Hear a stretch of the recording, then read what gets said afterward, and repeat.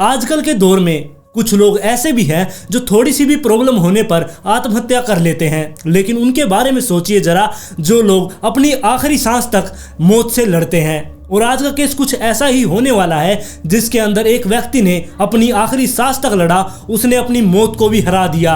और जब आप लोग इस कहानी को सुनेंगे तो आपके भी रोंगटे खड़े हो जाएंगे। तो ऐसा क्या हुआ था इस केस के अंदर, आइए जानते हैं। नमस्कार दोस्तों, मैं हूं अंकित और आज मैं फिर से हाजिर हूं आप सब लोगों के लिए एक और हार्ट टचिंग स्टोरी लेकर। अगर आप इस चैनल पर नए हैं तो चैनल को सब्सक्राइब कर ले, वीडियो पसंद आए तो लाइक एंड शेयर जरूर करें। और चलिए चलते हैं आज के एक और इंटरेस्टिंग एपिसोड पर।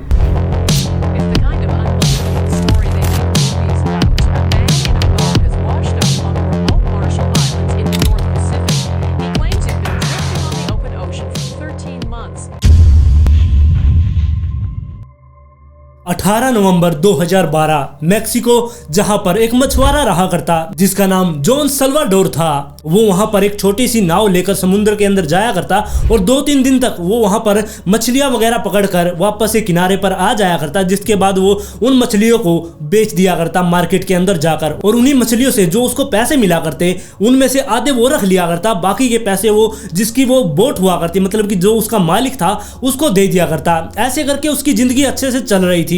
और जोन्स को 15 साल का तजुर्बा था, यानी कि वो 15 साल से मछलियों को समुद्र में जाकर पकड़ा करता और ऐसे ही करके उसकी जिंदगी चल रही थी। फिर 18 नवंबर के दिन एक बार फिर से उसे समुद्र में जाना था मछलियों को पकड़ने के लिए, लेकिन वो अपने जिस दोस्त के साथ मछली पकड़ने के लिए समुद्र में उतरा करता, उस दिन उसका वो दोस्त किसी वजह से उसके साथ नहीं जा पाया। उसके दोस्त ने जोन्स से जाने से मना कर दिया, लेकिन जोन्स को उस दिन जाना ही था क्योंकि उसके पास पैसे खत्म हो चुके थे और उसे पैसों की बहुत ही ज्यादा जरूरत थी। और जब तक वो मछलियां नहीं पकड़ कर लाएगा तब तक उसे पैसे नहीं मिलने वाले थे। इसलिए वो 12 नवंबर को दोबारा से समुद्र में उतरने की तैयारी करता है और इसके लिए वो एक लड़के से जाकर मिलता है जिसकी उम्र सिर्फ अभी 20 ही साल थी और वो अभी नया नया ही सीख रहा था समुद्र के अंदर से मछलियां पकड़ना। और उस 20 साल के लड़के का नाम कोटोबा था। और उन्होंने जाने से पहले उस नाव के अंदर अपने खाने पीने का भी सामान रखा, लेकिन जो वो नाव थी वो सिर्फ 23 फुट ही लंबी थी। ना तो उसके ऊपर कोई तिरपाल वगैरह था, जैसे कि बड़ी बड़ी जहाजों के ऊपर वो बड़े बड़े तिरपाल लगे होते हैं, उसके ऊपर कोई भी तिरपाल नहीं था। अगर वो नाव समुद्र के बीच में कहीं खो जाए तो उसको कोई भी दूर से नहीं देख पाता। एक तो वो नाव इतनी छोटी थी, सिर्फ वो 23 फुट की ही नाव थी और साथ में वो बिल्कुल प्लेन थी। समुद्र के बीच में जाने के बाद वो उसको देख ही नहीं सकता क्योंकि वो लहरों के बीच में ऐसी लगती जैसे वहां पर कुछ है ही नहीं। और ऐसी ही नाव पर अब इन्हें जाना था और जाने से पहले इन्होंने इसके ऊपर सामान रखना शुरू कर दिया अपने खाने पीने के लिए, क्योंकि इन्हें 3 दिन तक उस समुद्र के अंदर रहना था। अब इन्होंने 16 गैलन पानी उसके अंदर रख लिया था उस बोट के अंदर और 70 गैलन इन्होंने गैसोलीन भी इसके अंदर रख ली थी और 700 इन्होंने हुक भी रखे थे। वो अलग अलग प्रकार के वो हुक थे जिनसे इन्हें मछलियां पकड़नी थी। और 2 इन्होंने वहां पर बड़े बड़े चाकू भी रखे थे और उनको इन्होंने पन्नी में लपेट कर रखा हुआ था, क्योंकि अगर उनमें समुद्र का पानी लगता तो वो जर खा जाते। और इनके पास एक मोबाइल फोन भी था, वो जिसको इन्होंने एक प्लास्टिक की पन्नी में रैप करके उस बोट के अंदर रखा था ताकि ये इमरजेंसी के अंदर उससे फोन कर सके। और इनके पास एक जीपीएस ट्रैकिंग डिवाइस भी था, लेकिन वो वाटरप्रूफ नहीं था। और इसके अलावा इनके पास एक 2-वे रेडियो था, जिस रेडियो से ये अपने मालिक से बात कर सके। अगर इनको कोई इमरजेंसी हो तो ये मालिक से बात करके उनको ये सब कुछ बता सके। और 15 साल में ये पता नहीं कितनी बार उस समुद्र के अंदर उतर चुका था, इसलिए इसे पता था कि कितनी तैयारी करनी है समुद्र के अंदर जाने से पहले, मतलब कि खाना पीना इसे कितना रखना है। उस हिसाब से इसने अपना खाना पीना रख लिया था और अब ये समुद्र के अंदर उतर चुका था उस 20 साल के लड़के के साथ, जिसे अभी तक कुछ भी पता नहीं था समुद्र के अंदर उतरने के बारे में। और साथ में इन्होंने 90 किलो बर्फ भी बोट के अंदर रख ली थी ताकि वो मछली वगैरह जो पकड़ेंगे उन मछलियों को इस बर्फ के अंदर डाल देंगे ताकि वो मछलियां खराब ना हो। और इसके बाद इन्होंने मछलियां पकड़ना वहां पर समुद्र के अंदर शुरू कर दिया। पहला दिन जो इनका अच्छा भी था क्योंकि इन्होंने बहुत सारी मछली वहां पर पकड़ ली थी। इसके बाद जब दूसरा दिन आया, दूसरे दिन भी इन्होंने बहुत सारी मछली पकड़ी। इन्होंने 2 दिन के अंदर लगभग 500 किलो मछलियां पकड़ ली थी और इस बोट के अंदर इन्होंने उनको स्टोर करके रखा हुआ था। और ये दोनों समुद्र के किनारे से 50 मील दूर थे और वहीं पर ये दोनों मछलियां पकड़ रहे थे। और इनको तीसरे दिन वापस समुद्र के किनारे पर आना था। लेकिन दूसरे दिन की रात को कुछ ऐसा हुआ कि ये समुद्र के किनारे तक पहुंच ही नहीं पाए, क्योंकि उस रात को वहां पर बहुत तेज तूफान आ गया। तूफान के कारण उस बोट ने हिलना डुलना शुरू कर दिया। समुद्र के थपेड़ों की वजह से वो नाव पता नहीं कहां पर उसकी दिशा बदल गई और वो पता नहीं कौन सी दिशा की तरफ उसका रुख हो गया और वो पता नहीं समुद्र के बीच में अब कहां पर पहुंच चुके थे। और काफी घंटे बीत जाने के बाद समुद्र जब शांत हो गया, इसके बाद इन्होंने अपना जीपीएस ट्रैकर वो डिवाइस निकाला, लेकिन वो भी अब बंद हो चुका था, उसने काम करना छोड़ दिया था। और इनके पास अब जो ट्विन रेडियो था, अब वही इकलौता इनके पास एक टूल था जिससे ये अपने मालिक से बात कर सकते थे। जिसके बाद जोन्स ने वो रेडियो निकाला और अपने मालिक के पास उसको कांटेक्ट किया और मालिक से कांटेक्ट करने के बाद उनको बताया कि हम यहाँ पर तूफान के बीच में फंस गए थे और जिसकी वजह से हम खो चुके, हमें पता नहीं हम समुद्र के बीच में कहां पर हैं। तब मालिक ने कहा कि तुम अपने पास जो जीपीएस रखा है उससे पता करो कि तुम कहां पर हो और तुम किनारे तक पहुंच जाओ। लेकिन जोन्स ने बताया कि जीपीएस भी अब खराब हो चुका है और हमें पता नहीं हम कहां पर हैं। वो पूरी बात कर पाता उससे पहले वो रेडियो भी बंद हो चुका था, क्योंकि उसके अंदर 50% ही बैटरी थी और वो भी अब खत्म हो चुकी थी, क्योंकि उनको 2 दिन समुद्र के बीच में हो गए थे। और इसके कुछ देर बाद फिर से दोबारा तूफान वहां पर आ जाता है और तूफान आने से इनकी नाव दोबारा से कहीं समुद्र के बीच में गोल गोल घूमने लग जाती है। अब ये पूरी तरह से उस समुद्र के बीच में खो चुके थे। अब इनको ये भी नहीं पता था कि ये कभी किनारे पर पहुंच भी पाएंगे या फिर नहीं। और फिर ऐसे ही अगला दिन भी निकल जाता है और फिर चौथे दिन इनको ये भी नहीं पता था कि ये किस साइड पर जा रहे हैं, मतलब कि इनको किनारे का पता नहीं था कि ये कौन से किनारे पर कब पहुंचेंगे। लेकिन अब चौथे दिन दोबारा से वहां पर तूफान आता है और जो इनकी छोटी सी नाव थी जिसे देखकर ये अब डरने लगे थे, क्योंकि समुद्र की लहरों से इनकी नाव डगमगा रही थी। अब इनको इतना डर लग रहा था कि कहीं इनकी नाव डूब ना जाए, क्योंकि उसके अंदर एक तो इतना सारा सामान और ऊपर से इन्होंने 500 किलो उसके अंदर मछलियां भी रखी हुई थी। अब इन्होंने सोचा कि अपनी जान बचानी है तो इन मछलियों को यहाँ पर ही फेंकना होगा और यही सोचकर इन्होंने उन 500 किलो मछलियों को समुद्र के अंदर फेंक दिया। लेकिन यहाँ पर भी इन्होंने अपनी जान का रिस्क लिया, क्योंकि जिस जगह पर इन्होंने समुद्र के अंदर मछलियों को फेंका था उन मछलियों से अट्रैक्ट होकर वहां पर शार्क भी आ सकती थी और जब वो शार्क वहां पर आती तो इनकी जान पर भी बन सकती थी। लेकिन इन्होंने वहां पर कुछ भी नहीं सोचा, इन्होंने वहां पर मछलियों को समुद्र के बीच में फेंक दिया था और साथ में इन्होंने जो 70 गैलन गैसोलीन ली हुई थी वो भी इन्होंने पानी में फेंक दी और जो पानी था इनके पास वो भी पानी में फेंक दिया। लेकिन इन्होंने थोड़ा बहुत पानी बचा लिया था और थोड़ा बहुत खाना, ताकि ये जिंदा रह सके। और फिर धीरे धीरे ऐसे ही दिन बीतते गए और 10-15 दिन जब इनको नाव में घूमते हुए हो गए, इनके पास अब पीने का पानी भी खत्म हो चुका था और साथ में जो ये खाना इन्होंने बचाया हुआ था वो भी अब खत्म हो चुका था। अब इन्हें जिंदा रहने के लिए वहां पर कुछ ना कुछ तो खाना था, इसलिए जब भी ये नाव पर बैठे हुआ करते वहां पर कोई पक्षी वगैरह आ जाया करता, ये उस पक्षी को पकड़कर उसको मारकर खाना इन्होंने शुरू कर दिया। और साथ में इन्होंने जो समुद्र में मछलियां थी, मेंढक थे या फिर जो भी कुछ इनको समुद्र से मिल जाया करता, उनको ये कच्चा ही पकड़कर खा जाया करते। अब इन्होंने खाने का तो जुगाड़ वहां पर कैसे ना कैसे करके कर लिया था, लेकिन अब इनकी सबसे बड़ी समस्या यहाँ पर पीने का पानी था, क्योंकि इनका पानी भी अब खत्म हो चुका था। लेकिन इन्होंने स्टार्टिंग में तो वहां पर समुद्र का पानी पीना शुरू कर दिया, लेकिन समुद्र का पानी इतना ज्यादा खारा था जिसे ये गले से नीचे भी नहीं उतार पा रहे थे। लेकिन फिर भी इन्होंने कुछ ना कुछ करके वहां पर कुछ दिन और गुजारे और इसी दौरान यहाँ पर कम से कम 40 से 50 जो बड़े बड़े वहां पर जहाज थे वो इनके पास से गुजरे, लेकिन वो थोड़ी दूरी पर थे। ये तो उनको देख पा रहे थे, जब इनको वो जहाज दिख जाया करते ये अपनी नाव पर खड़े होकर बहुत तेज तेज वहां पर चिल्लाया करते ताकि वो इनको देख सके। लेकिन इनकी नाव इतनी छोटी थी जिसकी वजह से जो जहाज पर आदमी खड़े हुआ करते उनको ये दिखाई नहीं दिया करते। और इसी दौरान इनके पास से जो 40-50 जहाज गए उनमें से किसी ने भी इनके ऊपर ध्यान नहीं दिया और ऐसे करके 20-25 दिन और गुजर जाते हैं। और अब धीरे धीरे इन दोनों की हिम्मत जवाब दे रही थी, क्योंकि एक तो इनका समुद्र का पानी इनसे पिया नहीं जा रहा था और इसीलिए इन्होंने यहाँ पर एक तरीका निकाला। अब जो जोश था उसे 15 साल का तजुर्बा था और उसे पता था कि अगर कहीं समुद्र वगैरह में फंस जाए तो वहां पर कैसे सरवाइव करना है। इसलिए जोश ने उस 20 साल के लड़के से भी कहा कि ऐसा करते हैं कि हम दोनों अपना अपना यूरेन निकालते हैं और उसको पीना यहाँ पर इन्होंने शुरू कर दिया। अब ये दोनों अपना यूरेन निकाला करते और उसको पीकर अपनी प्यास बुझाया करते, क्योंकि समुद्र का पानी तो इतना ज्यादा खारा था उसको तो ये पी नहीं सकते थे, इसलिए इन्होंने अपना यूरेन पीना ही शुरू कर दिया। फिर ऐसे ही लगभग 1 महीना बीत गया और जो कोटोबा था वो धीरे धीरे उसकी तबीयत खराब होनी शुरू हो गई। अब वो बहुत ही ज्यादा कमजोर होने लगा था। एक तो उससे खुद का यूरेन नहीं पिया जा रहा था और एक वो जो समुद्र से मछलियां वगैरह पकड़ा करते उनके पास ना तो कोई पकाने का वहां पर साधन था, उनको वो कच्ची ही खानी पड़ा करती, जिसकी वजह से अब कोटोबा ने वो सब कुछ खाने से मना कर दिया। लेकिन जो जोश था वहां पर वो कोटोबा की वहां पर हिम्मत बढ़ाया करता। वो उससे कहा करता कि हम जल्द ही किनारे तक पहुंच जाएंगे, हम दोनों इतनी आसानी से मरने वाले नहीं है। ये सब कह कहकर वो कोटोबा की वहां पर हिम्मत बढ़ाया करता। लेकिन अब कोटोबा ने अपनी हिम्मत छोड़ दी थी। अब वो नहीं चाहता था कि वो और जिंदा रहे और कोटोबा ने जोश से कहा कि मैं अपनी माँ से बहुत ज्यादा प्यार करता हूँ, अगर मैं यहाँ पर मर जाता हूँ तो तुम मेरी माँ के पास जाना और उनसे ये सारी बातें बताना कि मैं उनसे कितना प्यार करता हूँ। मैं उनसे पहले तो गुस्सा था क्योंकि उन्होंने दूसरी शादी कर ली थी, लेकिन अब मैं उनसे गुस्सा नहीं हूँ। जिसके बाद जो जोश था उसने कोटोबा से भी कहा कि अगर मैं मर जाता हूँ और तुम जिंदा बच जाते हो तो तुम मेरी माँ के पास जाना और उनसे बताना कि मैं उनसे कितना प्यार करता हूँ। अब इन दोनों ने आपस में ये सब बातें कर ली थी और फिर 1 महीना बीत जाने के बाद एक सुबह कोटोबा वहां पर बेसुध हालत में सुबह सुबह पड़ा हुआ था। लेकिन वहां पर जोश उसे उठाने की कोशिश करता है, लेकिन कोटोबा के शरीर में कोई भी हलचल नहीं थी, यानी कि उसकी मौत हो चुकी थी। और जो वहां पर कोटोबा मर चुका था उसकी मौत का कारण वो खुद ही था, क्योंकि वो मछली वगैरह उसने खाना भी छोड़ दिया था और जो जोश उसे कहा करता कि खुद का यूरेन पी लो, उसने वो भी पीना छोड़ दिया था, जिसकी वजह से उसके अंदर कमजोरी आनी शुरू हो गई और धीरे धीरे वो मौत के आगोश में सो गया। अब जब कोटोबा मर गया उसके बाद जोश ने लगभग 4 दिन तक उससे ही बातें करनी शुरू कर दी, क्योंकि उस समुद्र में जो कि मीलों में फैला हुआ था, उस समुद्र के बीच में उससे बात करने वाला सिर्फ एक ही इंसान था जो कि कोटोबा था और वो भी अब मर चुका था और वो इस सदमे से बाहर नहीं निकल पा रहा था। जोश उसी सदमे में पड़ा हुआ था और इसलिए जोश कोटोबा से वहां पर बात करने की कोशिश किया करता। वो 4 दिन तक उससे लगातार बात करता रहा करता और जब भी वो सुबह शाम खाना खाया करता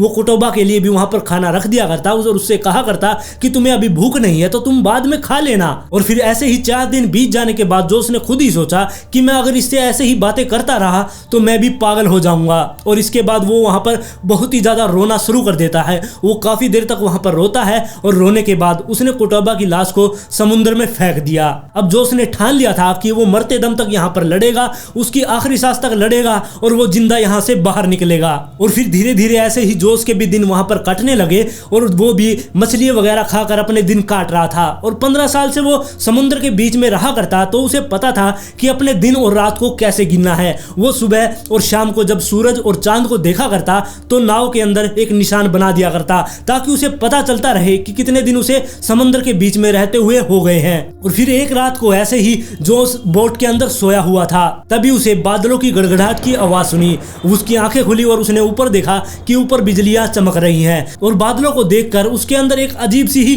खुशी आ गई थी, क्योंकि उसे इतने समय से पानी नहीं पिया था, क्योंकि वो खुद का ही यूरेन वहां पर बार बार पी रहा था। अब उसे बादलों की आवाज सुनकर वो इतना ज्यादा खुश हो गया कि अब बारिश आएगी और बारिश से वो पानी पिएगा। अब जो उसने वहां पर एक थर्माकोल का डब्बा लेकर आया था जिसके अंदर उसने बर्फ रखी हुई थी, अब उस डब्बे को वो बाहर निकालता है और उस बोट के ऊपर रख देता है और थोड़ी देर बाद वहां पर बारिश भी शुरू हो जाती है और बारिश से उस डब्बे के अंदर पानी भरना शुरू हो गया। और जब उस डब्बे के अंदर पानी भर गया तब जोश ने वो पानी पिया और अपनी प्यास बुझाई। और फिर धीरे धीरे ऐसे ही और दिन भी बीत जाते हैं। अब जोश बहुत ही ज्यादा कमजोर हो गया था, उसके शरीर में सिर्फ हड्डियां ही बच चुकी थी और अब कई बार उसके दिमाग में यह आया करता कि वो कभी भी किनारे तक नहीं पहुंच पाएगा और इसलिए वो यही सोचा करता कि क्यों न वो भी समुद्र के अंदर कूद जाए और अपनी जान दे दे।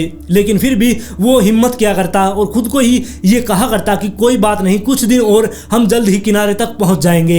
और ऐसे कर करके और दिन भी बीतते जाते हैं। और फिर ऐसे ही एक दिन जोश कमजोरी की वजह से बेहोश हो गया और बेहोशी हालत में वो बोट के अंदर पड़ा हुआ था।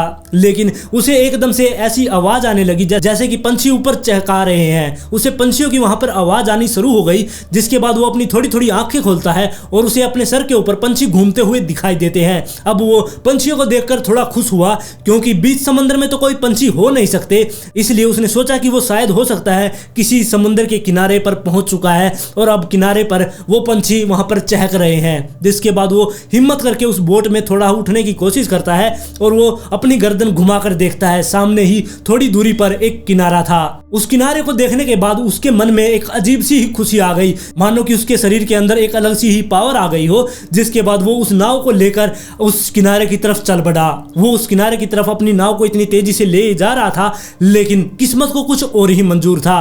तभी वहां पर समुद्र की लहरें एकदम से दोबारा से तेज हो गई और वो नाव को दूसरी डायरेक्शन में ले जाना उन्होंने शुरू कर दिया। अब जोश यही सोच रहा था कि वो किनारे तक पहुंच भी पाएगा या नहीं, या समुद्र की लहर उसे फिर से दोबारा से इस समुद्र के बीच में ले जाएंगी। अब जोश को ऐसा लगने लगा था कि ये लहरें बहुत ही तेज है, वो किनारे तक इस नाव को जाने ही नहीं देगी। अब किनारा थोड़ी ही दूर रह गया था, जिसके बाद जोश ने वहां पर एक बहुत ही बड़ा फैसला लिया। अब जोश ने फैसला ले लिया था कि वो अब समुद्र के अंदर कूदेगा और तैर कर उस किनारे तक पहुंचेगा। जिसके बाद वो समुद्र के अंदर कूद जाता है और अपनी पूरी ताकत से वहां पर तैरना शुरू कर देता है और तैरते तैरते वो किनारे तक भी पहुंच गया। किनारे पर पहुंचने के बाद जैसे ही उसने जमीन के ऊपर पैर रखा, अब उसने देख लिया था कि वो अब सेफ किनारे पर पहुंच गया है। जिसके बाद वो वहीं पर बेहोश हो गया और वो जमीन के ऊपर गिर गया।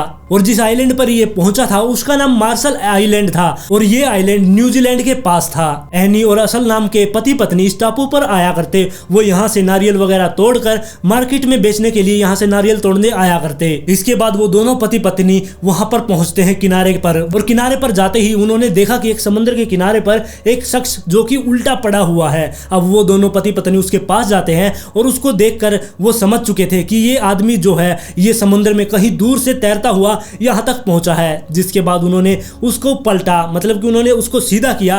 तब उसकी पत्नी, जो शख्स वहां पर बैठा था, उसकी पत्नी उस शख्स को देखकर एकदम से घबरा गई, क्योंकि उसने ऐसा शख्स बिल्कुल पहले कभी भी नहीं देखा था।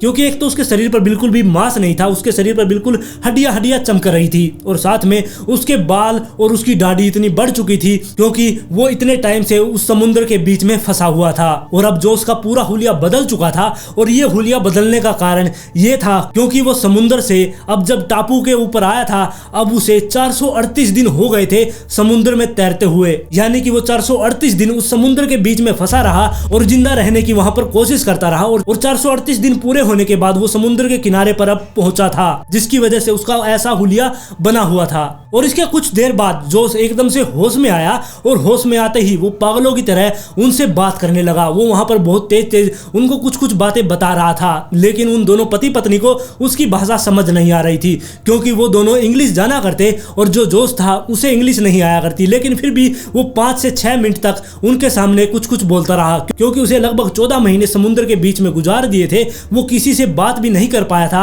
अब पहली बार उसे कोई शख्स मिला था जिससे वो अपने दिल की बात कर सकता था, और उसे ये भी नहीं पता था कि उन्हें समझ में आ रही है कि वो उन्हें क्या बताना चाह रहा है। लेकिन फिर भी वो 4-5 मिनट तक लगातार उनके सामने बोलता रहा, और बोलने के बाद वो वहां पर बहुत जोर जोर से वहां पर खूब हंसा, और उस साथ में वो दोनों पति पत्नी भी वहां पर हंसना शुरू कर देते हैं। और इसके बाद वहां पर पुलिस आती है, और पुलिस वालों ने जब उसकी हालत देखी वो भी चकरा गए थे, और उन्होंने देखा कि ये बहुत लंबा सफर तय कर कर यहाँ पर पहुंचा है, क्योंकि जहां से वो चला था और जहां पर वो पहुंचा था वो दूरी 8,800 किलोमीटर की थी, और इसने 8,800 किलोमीटर एक नाव के अंदर बिना खाने पीने के वहां पर पार किए थे।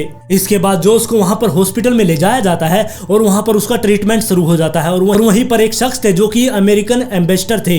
जिसके बाद वो जोश से मिलने के लिए हॉस्पिटल में जाते हैं और उनसे बातचीत करते हैं। जिसके बाद उन्हें जोश की पूरी कहानी का पता चला, और ये कहानी पता चलने के बाद मीडिया में भी आ गई, और जब ये खबर सारी मीडिया में आ गई, मीडिया में आने के बाद जब पूरे के पूरे वर्ल्ड में ये बात फैल गई, जिसने भी ये खबर सुनी वो सब के सब एकदम से हैरान थे, क्योंकि लगभग 14 महीने के लिए जो शख्स पानी के अंदर था, एक छोटी सी किश्ती के अंदर बैठा हुआ था, और वो बिना खाना पानी पिए वहां पर कैसे जिंदा रह सकता है, ये सब सोचकर हैरान थे। और इसके बाद वहां पर उसका इलाज हुआ, वो बिल्कुल ठीक हो चुका था, उसके बाल और दाढ़ी भी काट दिए गए थे, और उसे जब वो ठीक हो गया पूरी तरह से, और उसके बाद उसे पूरी इज्जत से मैक्सिको भेज दिया गया। अब घर पहुंचते ही वो सबसे पहले अपनी माँ के पास जाता है, और माँ से मिलने के बाद वो कोटोबा की माँ के पास जाता है, और वहां पर 2 घंटे तक उनके पास बैठकर उनको सारी बातें बताता है। और उनकी माँ वहां पर रोती रही और उसकी बातें सुनती रही, क्योंकि उसने वादा किया था कोटोबा से कि अगर तुम मर जाओगे तो मैं तुम्हारी माँ से जाकर बात करूंगा और सब कुछ तुम्हारे बारे में बताऊंगा।